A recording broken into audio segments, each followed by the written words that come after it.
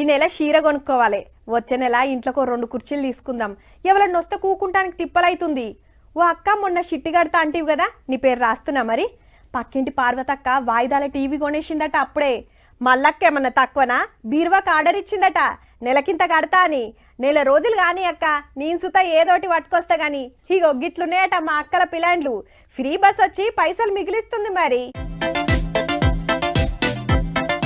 Right, ఇయాల్టికెళ్ళి free ticket ఇచ్చుడు షురువైంది. నిన్నటిదాకా ఏదోటి గుర్తింపు కార్డు చూపిస్తే అయిపోతుండే. ఇక ఇప్పుడు కార్డు చూపించినాక టికెట్ కొడుతున్నారు. వీళ్ళందరూ హైదరాబాద్ కెళ్లి మిర్యాలగూడ పోతానికి 420 రూపాయల ఛార్జీ బరాబర్ రాసింది టికెట్ మీద.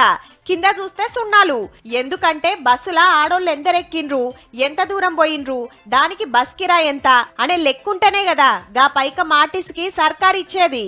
మా అమ్మకి నాకు కలిపి 700 సేవ్ అవుతుంది. అయ్యో, ఆధార్ కార్డు మర్చిపోయినా. ఓటర్ కార్డు లేదనే రంది అవసరం లేదు. ఫోన్ లో ఫోటో చూపించినా నడుస్తుంది. 2 days మార్జిన్ ఇచ్చారండి. తర్వాత కంపల్సరీ ఐడి ప్రూఫ్ లేకపోతే టికెట్, ప్యాసింజర్ టికెట్ వస్తుంది. ఇయాల రేపటి వరకు ఛాన్సు. ఎల్లుండి చూపియకుంటే టికెట్ తీసుకోవాలి. ఆధార్ మీద ఆంధ్ర అడ్రస్ ఉంటే వాళ్ళు పైసలు కట్టాల్సిందే. అంటే తెలంగాణ ఆర్టీసీలా తెలంగాణలకే ఛాన్స్ అన్నట్టు. దొరికింద్రా ఛాన్స్ అని చాలా మంది గుళ్ళు గోపురాలు తిరిగొస్తానికి పోతున్నారు. మొగోళ్ళకు ఒక్కరికే టికెట్ తీసుకుంటే అయిపోయే. నరసింహస్వామి టెంపుల్కి వెళ్తున్నాం ఫ్యామిలీతో. మొత్తం టోటల్ 10 members దాకా వెళ్తున్నాం. హస్బెండ్, నేను 4 మా ఫ్యామిలీ మొత్తం వెళ్ళగలుగుతున్నాము. ఇంతకు మొదలు వెళ్తుంటే మాకు 3000 అలా అయ్యేది, కానీ ఇప్పుడైతే ఫ్రీగా. అక్కలు గోదావరి కనికెళ్ళి వచ్చిరట హైదరాబాద్ అందాలు చూద్దామని. ఊరికే చూద్దాం. గోదావరి నుండి మాక్సిమం 1000 వరకు సేవ్ అవుతుంది ఒకరికి. ఈ బస్సు హైదరాబాద్ నుంచి కర్నూలు పోతుంది, కానీ తెలంగాణ బార్డర్ ఆలంపూర్ దాకానే ఫ్రీ. అటెన్కా టికెట్ తీసుకోవాల్సిందే. ఒకరికి ఇక్కడ నుండి కర్నూలుకి 310 రూపాయలు టికెట్ మేడం. ఇక్కడ నుండి అలంపూర్ చౌరాస్తా వరకు 270 రూపీస్ సేవ్ అయిపోతుంది. ఇంతకుముందు బీఆర్ఎస్ ప్రభుత్వం ఉన్నప్పుడు వైన్స్ షాప్ల ముందు లైన్ ఉండేది. ఇప్పుడు బస్సు షాప్లలో మాత్రం మహిళలకు స్వేచ్ఛ అనేది వచ్చింది.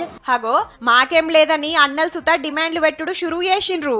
50-50 చార్జెస్ తీసుకుంటే బాగుంటుంది, బాయ్స్ కానీ లేడీస్ కానీ. అంతా మంచిగానే ఉన్నది గాని ఆటో అన్నలే ధర్నాలు నిరసనలు చేస్తున్నారు. ఫ్రీ బస్సుల వల్ల మాకు గిరాయికి తగ్గిందని.